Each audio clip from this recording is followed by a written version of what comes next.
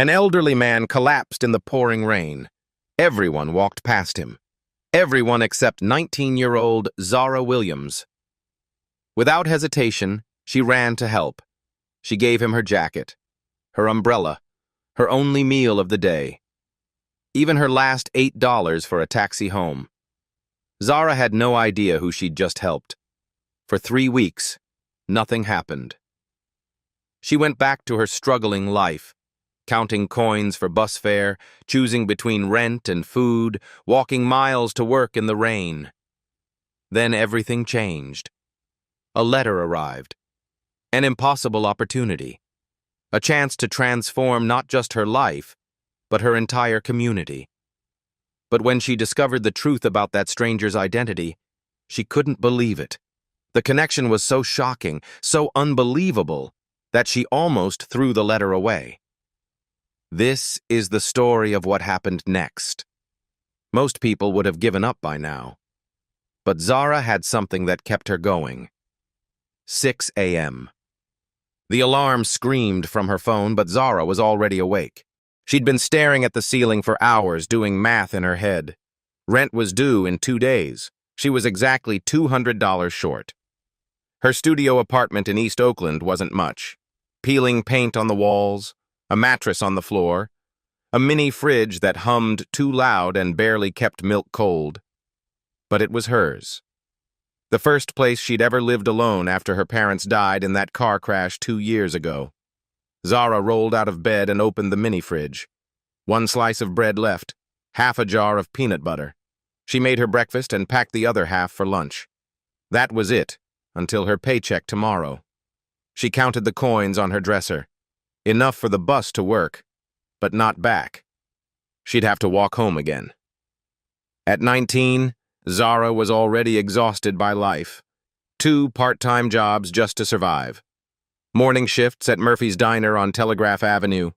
Evening tutoring sessions at the community center. In between, she squeezed in classes at Oakland Community College, studying social work. She wanted to help kids like herself. Kids who'd lost everything and had to figure out how to keep going. Zara grabbed her small notebook from the nightstand. Every morning, she wrote down 3 things she was grateful for. Today, roof over my head. 2 more days until payday. The kids I'm tutoring are getting better at math. She'd started this habit after her parents died. When everything felt hopeless, she forced herself to find something good. Some days, it was just, I'm still breathing. But it helped. The bus ride to Murphy's Diner took 20 minutes. Zara used the time to review her notes for her social services class. She had a test next week, but between work and worrying about money, it was hard to focus. Murphy's Diner was the kind of place where truckers stopped for coffee at 5 a.m. and college kids came for cheap pancakes after midnight. Zara had been working there for 8 months. The pay was terrible, but her boss, Janet, was kind. And Janet let her take home leftover food sometimes. "Morning, honey," Janet called from behind the counter. She was 60-something, with gray hair always pulled back in a bun and eyes that missed nothing. "Morning, Janet." Zara tied her apron and grabbed the coffee pot. The morning rush was about to begin. For 6 hours, Zara poured coffee, served eggs, and smiled at customers even when they were rude, even when they left no tip, even when they looked right through her like she didn't exist. During her break, she ate half her peanut butter sandwich and saved the rest for later. Her stomach growled, but she ignored it. "You okay, sweetie?" Janet asked, noticing Zara pushing food around her plate. "Just tired," Zara lied. She couldn't tell Janet she was choosing between rent and food. Janet would try to help, and Zara had too much pride for that. After her shift, Zara walked the 2 miles to community college. Her feet already hurt, but she couldn't afford the bus. She used the walk to mentally prepare for her afternoon classes. Social work theory, child psychology, statistics. Zara loved learning, but it was hard to concentrate when her stomach was empty and her mind kept calculating bills. In child psychology, They discussed kids in foster care, kids who'd been abandoned. Zara took detailed notes, thinking about her tutoring students. She understood their fear, their anger, their desperate need for someone to believe in them. After classes, Zara walked another mile to the East Side Community Center. This was her favorite part of the day. The community center was old but clean. Motivational posters covered the walls. The smell of industrial cleaner mixed with the sound of kids playing basketball in the gym next door. Zara's tutoring group was 6 kids, ages 8 to 14, all struggling in school, all from families who couldn't afford private tutoring. "Miss Zara!" 8-year-old Marcus ran up to her. "I got a B on my math test." Zara's heart swelled. "That's amazing, Marcus." "I'm so proud of you." For 2 hours, she helped them with homework, math problems, reading comprehension, essay writing. She bought supplies with her own money, pencils, notebooks, snacks for the kids who came hungry. She couldn't afford it, but she did it anyway. These kids needed someone who cared, someone who understood what it felt like to struggle. At 8 p.m., her tutoring session ended. The kids hugged her goodbye, and Zara began her 2-mile walk home. Her feet were killing her, but she'd saved $4 by walking instead of taking the bus. At home, she ate her remaining half sandwich for dinner. She did homework until midnight, then set her alarm for 6 a.m. Before bed, she wrote in her notebook, "Day 847 since Mom and Dad died. Helped Marcus understand fractions. He's so smart when he believes in himself. Janet saved me some soup from the diner. Still short on rent, but I'll figure it out. I always do." Zara closed the notebook and lay down on her mattress. Tomorrow would bring the same struggles, the same choices between necessities, the same empty stomach and aching feet, but also the same hope, the same determination to build something better. She had no idea that in less than 24 hours, everything would change, that a stranger's crisis would become her opportunity, that choosing kindness over self-preservation would transform not just her life, but an entire community. All because of a storm, and a decision that would define who she really was. That Tuesday started like any other, until the storm hit and everything changed. Zara finished her tutoring session at 8:15 p.m. Outside, dark clouds rolled in from the San Francisco Bay. The air smelled like rain. The last bus to her neighborhood ran at 8:45. If she hurried, she could make it. But as she stepped outside, the first drops began to fall. Within minutes, the drops became a downpour. Then something else entirely.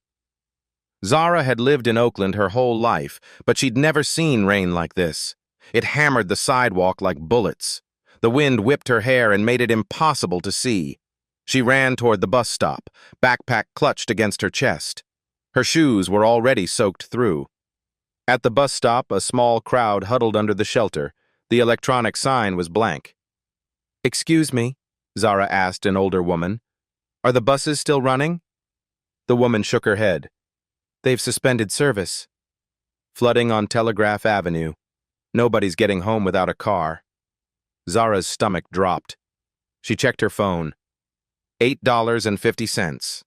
Her bus money for tomorrow and lunch money. A taxi would cost $20. Money she didn't have. 2 miles to walk, in this storm. The weather got worse with each block. Tree branches fell across sidewalks. Street lights flickered. Cars crawled through flooded intersections. Zara was soaked within 10 minutes.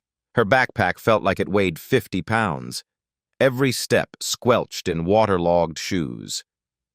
Halfway home, she saw him. Near the Civic Center, an elderly white man stumbled along the sidewalk. He wore an expensive wool coat, completely soaked. His silver hair was plastered to his head. He kept stopping, looking around. Lost. The man pulled out his phone, shook it in frustration. Dead. He took another few steps and stumbled hard. His legs gave out. He crashed onto the wet pavement. Other people hurried past with heads down. Nobody stopped. Nobody looked. The man tried to get up but couldn't. He was shaking badly, not just from cold, hypothermia. Zara stopped walking. She was exhausted, soaked, hungry. She had her own problems, getting home, paying rent tomorrow, surviving until her next paycheck, but she couldn't leave him there. The man looked up as she approached. Even in distress, something dignified about him, the way he tried to compose himself, the way he apologized before asking for help. "I'm sorry to bother you, miss," he said, voice shaking.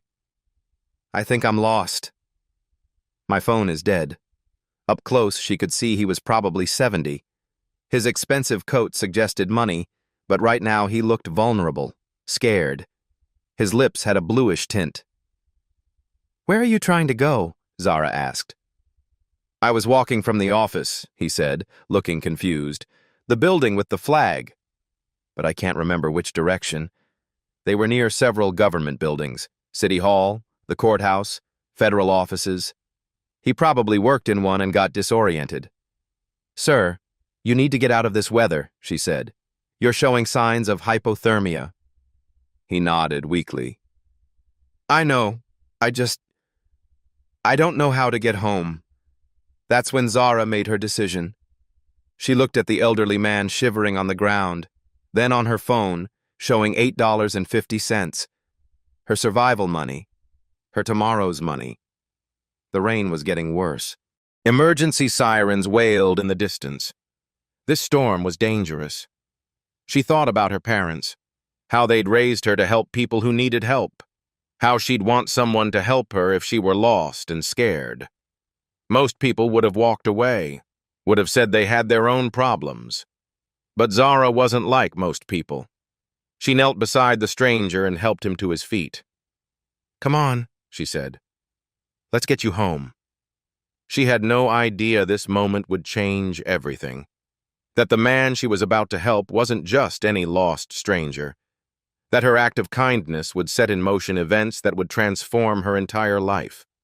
All she knew was that someone needed help, and she couldn't walk away. What happened next would be remembered for years, though neither of them knew it yet. Zara helped William to his feet. He was heavier than she expected and unsteady. His expensive coat was soaked through, offering no warmth. "Thank you," he said, teeth chattering. "I don't know what came over me." "You're hypothermic," Zara said. "We need to get you warm and dry." She looked around. The storm was getting worse. Rain came down in sheets. The wind howled between buildings. Streetlights flickered on and off. No cars were stopping. The few people still on the streets hurried past with heads down, focused only on getting to safety. Zara made her first sacrifice. She took off her jacket, her only jacket, and wrapped it around William's shoulders. It wasn't much, but it was something. "No, miss, I can't take your coat," William protested. "You need it more than I do," Zara said. The cold hit her immediately. Her wet t-shirt offered no protection against the wind. Next came her umbrella. It was small and already battered by the storm, but she held it over William's head instead of her own. "Let's get you to shelter," she said. They started walking, but William could barely move. His legs shook with each step. He leaned heavily on Zara's arm. After half a block, he stopped. "I'm sorry," he said. "I don't think I can make it much further." That's when Zara saw the taxi. It was stopped at a red light 2 blocks away. In this storm, it might be the only taxi still running. Zara helped William lean against a building. "Wait here," she said. "I'll get that cab." She ran toward the taxi, waving her arms. Her shoes splashed through puddles. Rain pelted her face. The taxi driver saw her and rolled down his window. "Where are you headed?" he shouted over the storm. "I need you to take this elderly man home," Zara called back. "He's hypothermic." "It's going to cost extra in this weather," the driver said. "At least 15, maybe 20, depending on where he's going." Zara's heart sank. She looked at her phone. $8.50. Not nearly enough. She ran back to William. He was shivering violently now. His lips were blue. "Sir, where do you live?" she asked. "Piedmont," he said weakly. "Up in the hills." Zara knew Piedmont. Rich neighborhood. The taxi ride would cost at least $25. She looked at William, then on her phone, then back at William. This was the moment that would change everything. Zara reached into her backpack and pulled out the brown paper bag. Her only meal. Her dinner for tonight, possibly tomorrow, too. "Here," she said, pressing it into William's hands. "You need to eat something. Low blood sugar makes hypothermia worse." William stared at the bag. "What is this?" "Peanut butter sandwich," Zara said. "It's not much, but it'll help." "I can't take your food," William said. "When's the last time you ate?" Zara asked. William paused, looking confused. I'm not sure. This morning? Yesterday? Then it's yours." William's hands shook as he unwrapped the sandwich. He took a small bite, then another. Color began to return to his face. While he ate, Zara flagged down the taxi again. "Okay," she told the driver. "Piedmont neighborhood. How much?" $25, the driver said. "Cash up front." Zara looked at her phone one more time. $8.50. Everything she had. She thought about walking home, about her empty stomach, about having no money for lunch tomorrow, about rent due in 2 days. Then she looked at William, shivering and lost. Zara made her decision. "I only have $8.50, she told the taxi driver. "But please, this man needs help." The driver looked at William, then at Zara. Something in her expression must have convinced him. "All right," he said. $8.50. But he better not throw up in my cab." "Thank you," Zara said. She handed over every dollar she had. William tried to stand, but stumbled. Zara caught his arm and helped him to the taxi. "Wait," William said as she opened the door. "I need to give you something." He reached into his coat pocket and pulled out a business card. But the wind caught it immediately. The card flew out of his hand and disappeared into a storm drain. "My contact information," William said desperately. "I wanted you to have it." "It's okay," Zara said. "I just want you to get home safe." She helped him into the taxi and closed the door. Through the rain-streaked window, she could see William watching her with an expression she couldn't quite read. Gratitude mixed with something else. Amazement, maybe. The taxi pulled away into the storm. Zara stood on the sidewalk, watching the red taillights disappear. She was soaked to the bone, shivering, hungry. She had no money left, no food, no jacket, no umbrella. 2 miles to walk home in the worst storm Oakland had seen in years. But she felt something unexpected. Peace. She'd helped someone who truly needed it. She'd probably saved his life. That had to count for something. The walk home was brutal. Water poured from the sky like a waterfall. Her clothes clung to her body. Her shoes squelched with every step. Cars passed without stopping. She couldn't blame them. She probably looked like a homeless person stumbling through the storm. By the time she reached her apartment building, Zara was exhausted. Her key shook in her hand as she tried to unlock the front door. The homeless veteran who usually sat outside was gone, probably seeking shelter somewhere. Even he had more sense than to be out in this weather. Zara climbed the stairs to her studio apartment. Her wet shoes left puddles on each step. Inside, she peeled off her soaked clothes and wrapped herself in her only towel. She was so cold she couldn't stop shaking. She had no food, no money, no way to get to work tomorrow.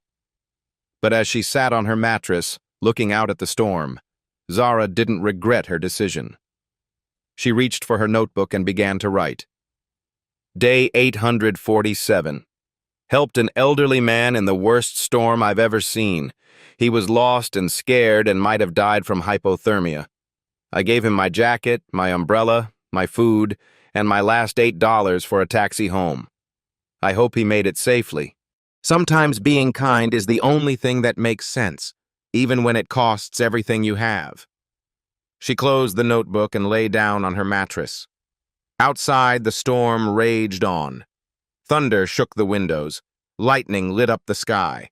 Zara had no idea that across town, William was making phone calls, that he was asking questions about the young woman who'd saved his life, that he was already planning something that would change everything.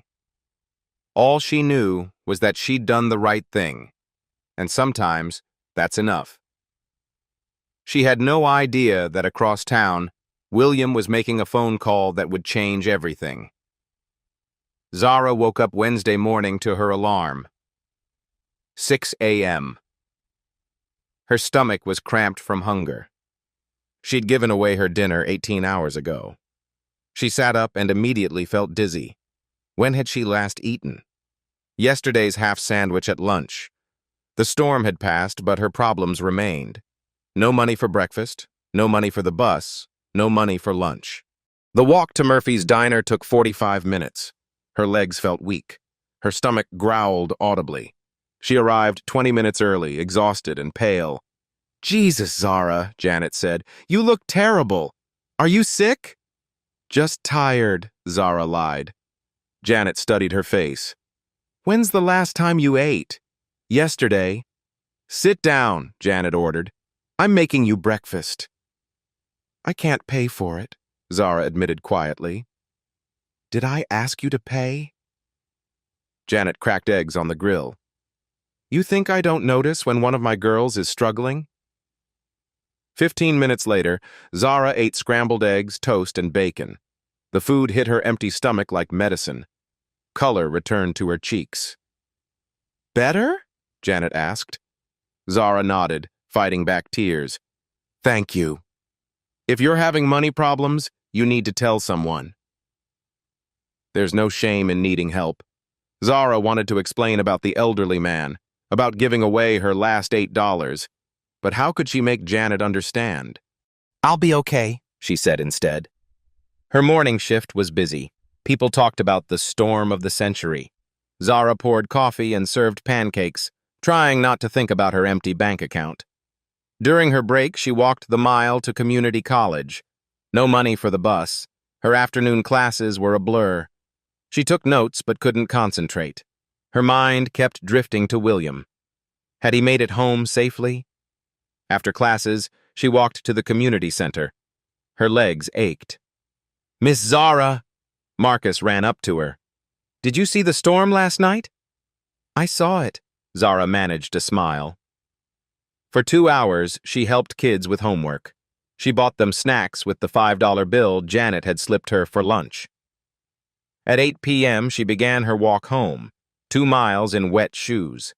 Halfway there, she saw the black sedan parked outside Murphy's diner. Inside, she could see 2 figures, Janet, and an elderly white man in an expensive suit, William.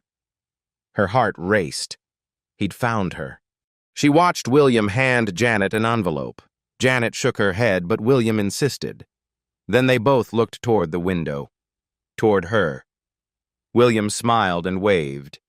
He walked toward the door. "Miss," he called out, "could I speak with you?" Zara approached slowly. William looked completely different. Clean, dry, healthy, well-dressed. The vulnerable man from last night seemed like someone else entirely.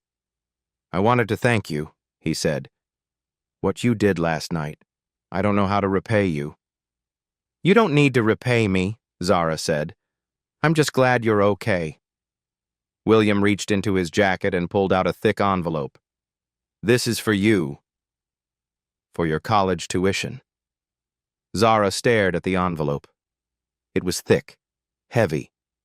Probably more money than she'd seen in her life. Her hands shook slightly.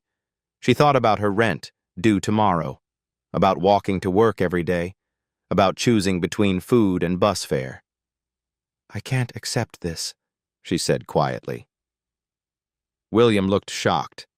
"I'm sorry." "I didn't help you for money," Zara said, her voice stronger now. I helped you because you needed help. That's not something you pay for. She pushed the envelope back toward him. Keep it, she said. Give it to someone who really needs it. William stared at her, amazement spreading across his face. People didn't usually refuse his help, especially people who clearly needed it. As he prepared to leave, William quietly placed a business card on the table. In case you change your mind, he said softly. Zara didn't look at the card immediately. She was too focused on her customers, too tired from the long day. She slipped it into her apron pocket and forgot about it. A card that would change everything. Over the next 2 weeks, strange things started happening around Zara's neighborhood. First, her boss, Janet, surprised her with extra weekend shifts. Business has been good, Janet said, and you're my hardest worker. The extra money meant Zara could barely make rent with 1 day to spare. She was still living paycheck to paycheck, but at least she wasn't facing eviction.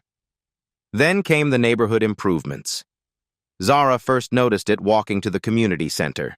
New LED streetlights were being installed along the route she took every evening. Bright, clean lights that made the area feel safer. That's weird, she said to Mrs. Garcia, the community center supervisor. When did the city approve funding for those? Mrs. Garcia looked puzzled. I have no idea. Someone downtown must really care about this neighborhood all of a sudden. The improvements kept coming. The community center received a massive anonymous donation, enough to expand their after-school programs and hire 2 more tutors, enough to buy new computers and books and supplies. The local food bank got an even bigger donation. Zara benefited from this herself, picking up free groceries twice that week. She had no idea she was eating food paid for by the man she'd helped. At Murphy's Diner, customers gossiped about the changes. I heard the mayor's office has been asking questions about this area, said Mrs. Thompson, a regular. Community impact assessments or something. About time, replied her friend. This neighborhood's been ignored for years. Apparently, the mayor's father has been pushing for more social programs. Someone said he's got a personal interest in East Oakland now. Zara half listened while refilling their coffee. Local politics didn't interest her much. She was too busy surviving to worry about City Hall. 2 weeks after the storm, Zara was cleaning out her work locker when she found it. The business card. It had been crumpled in her apron pocket, forgotten in the chaos of work and school and worry. She smoothed it out on the table. The rain had smudged most of the ink, but she could make out a few things. A name. William. Something. And what looked like an official city seal. She assumed William worked for the city, maybe in community development, which would explain his interest in the neighborhood improvements. That same day, a formal letter arrived at her apartment. Zara stared at the return address. City of Oakland, Office of the Mayor. Her hands shook as she opened it. Dear Ms. Williams, it began. You have been selected to receive a Community Leadership Scholarship in recognition of your demonstrated commitment to helping others in your neighborhood. Zara read the letter 3 times. $25,000, plus an internship opportunity at City Hall. She'd never applied for this scholarship, had never even heard of it. How did they know her name? How did they know where she lived? The letter was signed by Mayor Rodriguez and requested her attendance at a ceremony next Friday. But something else caught her attention. At the bottom, in smaller print, this scholarship program was established through the advocacy of civic leader William Rodriguez, the same first name as the man she'd helped. It had to be a coincidence, didn't it? The truth was about to hit her like lightning, and it would explain everything. Zara stared at the invitation for 3 days. Scholarships this big didn't just appear. There had to be a mistake. But $25,000 was more money than she'd made in 2 years. Friday morning, she put on her only interview outfit, the black dress from her parents' funeral. It was the nicest thing she owned. City Hall was intimidating. Marble floors, oil paintings of former mayors, people in expensive suits walking with purpose. Zara felt completely out of place. She approached reception, clutching her invitation. "I'm here for the scholarship ceremony. Third floor, Jefferson Conference Room." The room was half full when she arrived. 20 other recipients, all looking more confident than she felt. Designer clothes, professional portfolios, people who belonged here. Zara found a seat in the back row. The ceremony began with introductions. Department heads, city council members, important people whose names Zara didn't recognize. Then the moderator stepped to the podium. "Ladies and gentlemen, please welcome Mayor Rodriguez." A man in his 40s approached, tall, confident, with kind eyes and graying temples. He looked familiar somehow. "This scholarship program recognizes young people who demonstrate exceptional kindness and community spirit," Mayor Rodriguez began. "But I have to be honest. This program exists because of one person's passion for helping others." He paused, scanning the room. "My father has always believed that ordinary acts of kindness can change the world. Recent events have only strengthened that belief. So before we announce recipients, I'd like him to say a few words." "Dad?" An elderly man stood up from the front row. Zara's breath caught. Silver hair, kind eyes, the same dignified bearing. William, the man from the storm, the man she'd given her last meal to, the man she'd spent her final $8 to save. William Rodriguez, the mayor's father. Everything clicked into place. The expensive coat, his quiet authority, his confusion about the building with the flag. He'd been walking from his son's office. William approached the podium with measured steps. Now, instead of stumbling and lost, he commanded the room's attention. "3 weeks ago, I experienced something that reminded me why I've dedicated my life to public service," William began. Zara's heart pounded. He was going to tell her story, here, in front of everyone. "I was caught in that terrible storm, disoriented, hypothermic. I collapsed, and person after person walked past me." Complete silence. But one young woman stopped, a college student who barely had bus fare. She gave me her jacket in the freezing rain, her umbrella, her only meal of the day. Eyes turned toward Zara. Someone had recognized her. Whispers spread through the room. And then she gave me her last $8 for a taxi home. Everything she had. She chose to walk 2 miles in the worst storm rather than let a stranger suffer. Zara wanted to disappear. When I tried to thank her, to give her college money, she refused. She told me kindness wasn't something you paid for. William's voice grew emotional. That young woman saved my life. But more than that, she reminded me what true character looks like. She reminded me why we need programs that recognize people who choose kindness over survival. He looked directly at Zara. "Ms. Zara Williams, would you please stand up?" Every person turned to stare. Zara felt frozen. "Please," William said gently. "Don't be shy." Slowly, Zara stood. Her legs felt unsteady. The room erupted in applause, not polite ceremony applause, real applause. People were smiling, some wiping their eyes. Mayor Rodriguez returned to the microphone.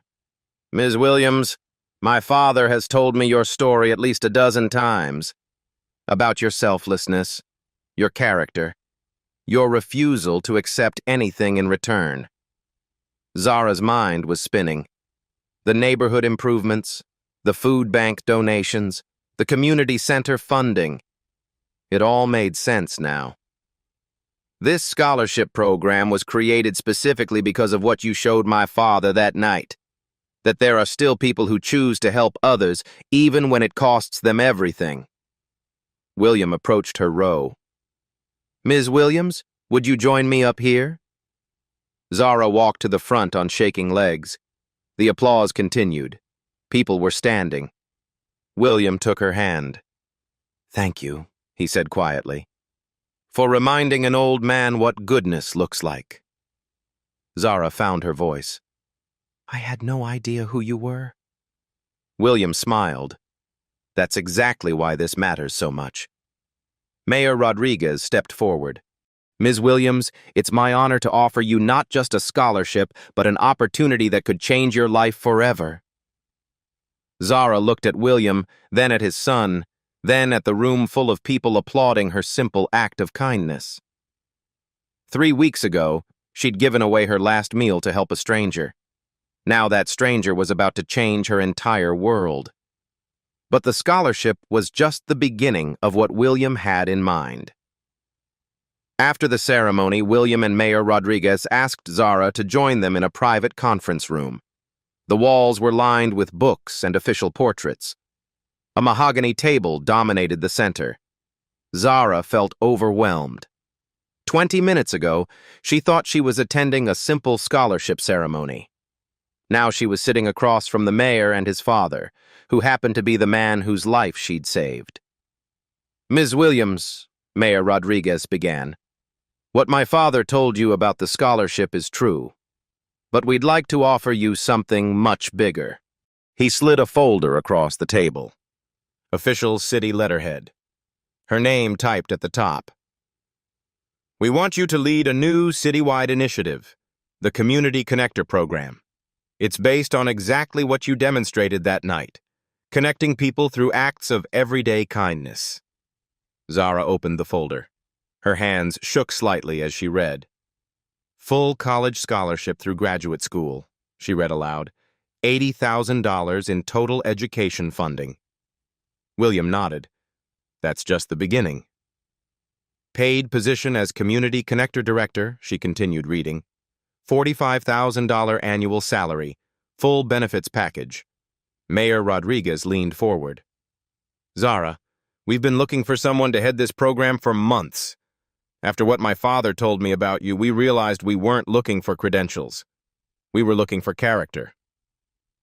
The program budget is $200,000, William added. You'd have real decision-making power. Your own office here at City Hall. Administrative support.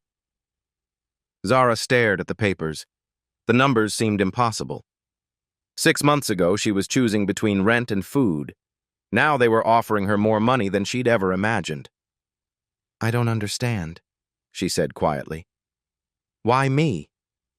I'm just a community college student. I work at a diner. Exactly, Mayor Rodriguez said. You understand what it's like to struggle. You know what real need looks like. And most importantly, you've proven you'll help others even when it costs you everything. William spoke up. Zara, that night in the storm, you didn't know who I was. You didn't know if I had money or connections or power. You helped me because I needed help. That's exactly the kind of thinking we need leading this program. What would I actually do? Zara asked. Mayor Rodriguez pulled out another document. The program would employ 20 college students across the city as community connectors. Each one would work with specific neighborhoods, identifying people who need help and connecting them with city resources. Like a bridge, William explained, between people who are struggling and the services that can help them, but led by someone who's actually been there. The students would earn between $35,000 and $40,000 a year, the mayor continued. Good jobs that let them finish college without drowning in debt, just like we're offering you. Zara felt a mix of excitement and terror. What if I mess it up? What if I'm not qualified? Let me ask you something, William said. That night in the storm, did you feel qualified to save someone's life? No, Zara admitted. But you did it anyway. Because it was the right thing to do. Mayor Rodriguez opened his laptop and showed her a presentation, charts and graphs and budget projections. We've done the research, Zara. Programs like this work. In cities where they've been implemented, community well-being improves across the board. Lower crime rates, higher graduation rates, more small business development. But, William added, they only work when they're led by someone who genuinely cares about people.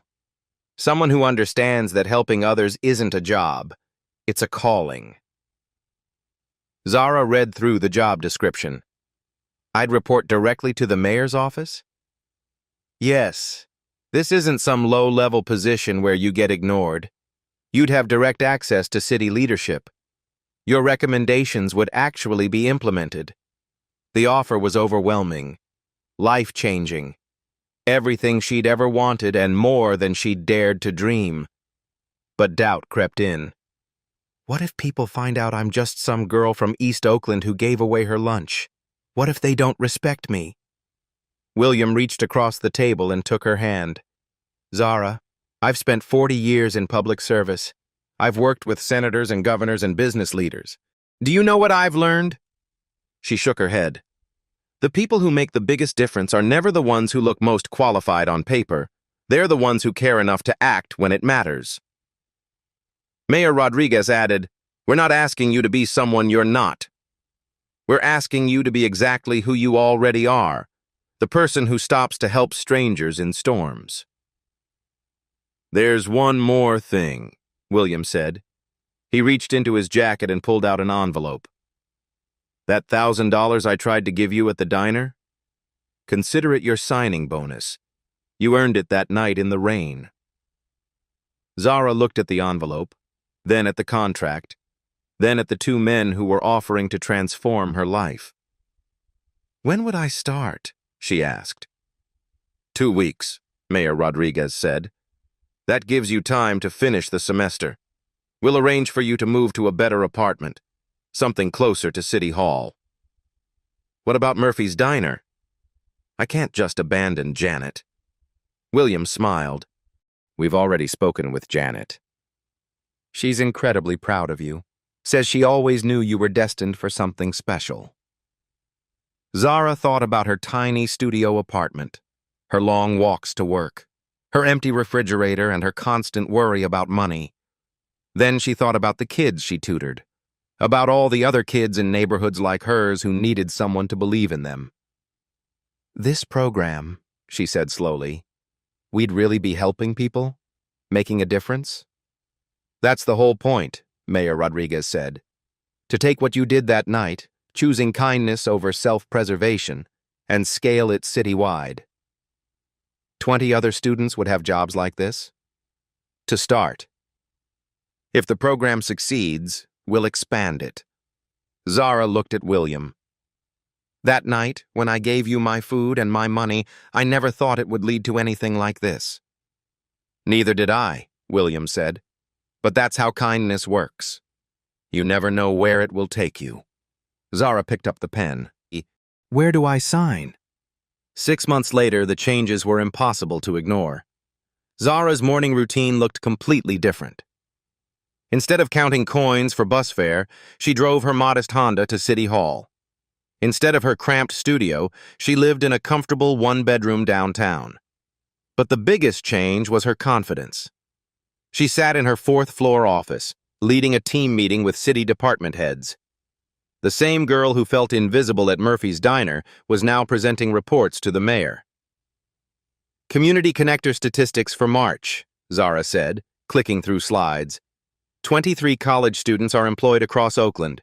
Average salary, $38,000. The numbers told an incredible story. High school graduation rates are up 12%. Teen employment up 18%. Crime rates are down 15% across all 5 districts. Department heads took notes.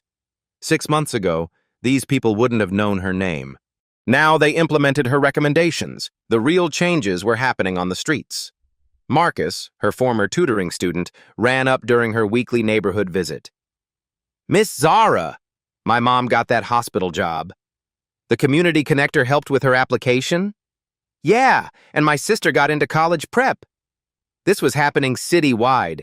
College students who looked like the people they served, connecting struggling families with resources that had always existed but felt unreachable. Local news noticed. Good morning from East Oakland, where a revolutionary program is changing lives, the Channel 7 reporter said outside Zara's old tutoring center. The Community Connector program, led by 20-year-old Zara Williams, has produced remarkable results. The story featured families who'd been helped, small business owners who'd received grants, students who'd found scholarships. Coverage went beyond local news. Urban Planning magazine ran a feature, The Oakland Model. How one act of kindness created a citywide movement. The article detailed how hiring people from the communities they served was being studied nationwide. Other cities called. San Jose, Sacramento, Fresno, all wanting similar programs. We've had requests from 15 cities, Zara told William during their monthly check-in. They want to observe our model. William, now a regular volunteer, joined her for Tuesday community walks, learning neighborhood needs firsthand. California's Best Practices Guide wants to feature us, Zara continued, and there's federal interest from housing and urban development. The most meaningful changes were personal. Zara returned to Murphy's Diner monthly, not as an employee but as a customer who tipped generously. Janet had framed a newspaper clipping about Zara's success behind the register. From struggling student to city leader, the headline read. I always knew you were special, Janet said during one visit. The community center where Zara tutored now had full funding. The food bank that once helped her served twice as many families through increased city funding she'd secured. The program created ripple effects beyond Oakland. Harvard Kennedy School featured the community connector model as a case study. Other cities weren't just copying structure, they were adopting the philosophy that people with lived experience make the best advocates. Colleges began teaching community-based social work courses, using Zara's program as the primary example. The Zara Williams Scholarship was established at Oakland Community College for students facing financial hardship. The first recipient was 19-year-old Maria, who reminded everyone of Zara 2 years earlier. During the ceremony, Zara presented the award. 2 years ago, I was exactly where you are, she told Maria, choosing between rent and food, walking miles to work, believing people like us don't get opportunities like this. The audience, many Community Connector graduates, applauded. But here's what I learned. Sometimes the biggest changes start with the smallest acts of kindness. Sometimes helping one stranger can transform an entire city. That evening, Zara updated her notebook. Day 1847 since her parents died. Instead of just personal gratitudes, she now documented program successes. Connected the Martinez family with housing assistance today. Their oldest daughter got accepted to UC Berkeley. Sometimes I can't believe this is my life. Through her window, she saw Oakland's lights stretching to the bay. Somewhere out there, 23 community connectors were doing the work she'd started, choosing kindness, building bridges, changing lives one connection at a time. The program exceeded every projection. More than that, it proved something William always believed. Ordinary people performing acts of kindness could indeed change the world. 1 year later, another storm was brewing, and Zara faced a familiar choice. November in Oakland, the same month that had changed everything. Zara was leaving City Hall after a late planning meeting when the first drops began to fall. By the time she reached her car, it was pouring. Through her rain-streaked windshield, she saw him. A young Latino man, maybe 20, helping an elderly black woman who'd fallen on the wet sidewalk. His thin jacket was already soaked through, but he was taking it off to cover her shoulders. Zara watched as he helped her to her feet, then offered her his umbrella. She could see him reaching into his pocket, pulling out what looked like his last few dollars. The scene was heartbreakingly familiar. Zara pulled over and rolled down her window. "Excuse me," she called out. The young man looked up, rain streaming down his face. "Yes, ma'am?" "Let me help." Zara got out of her car, not caring that her professional clothes were getting soaked. "Ma'am, are you hurt?" The elderly woman shook her head. "Just slipped. This young man stopped to help me when everyone else walked by." Zara looked at the young man. His shoes were worn through, his jeans had holes, but his eyes held the same determination she remembered feeling that night a year ago. "What's your name?" Zara asked. David Morales. David, I'm going to call you a taxi to take this lady home safely, and I want to give you something. She pulled out her business card. Official City of Oakland letterhead. Zara Williams, Community Connector Program Director. David stared at the card.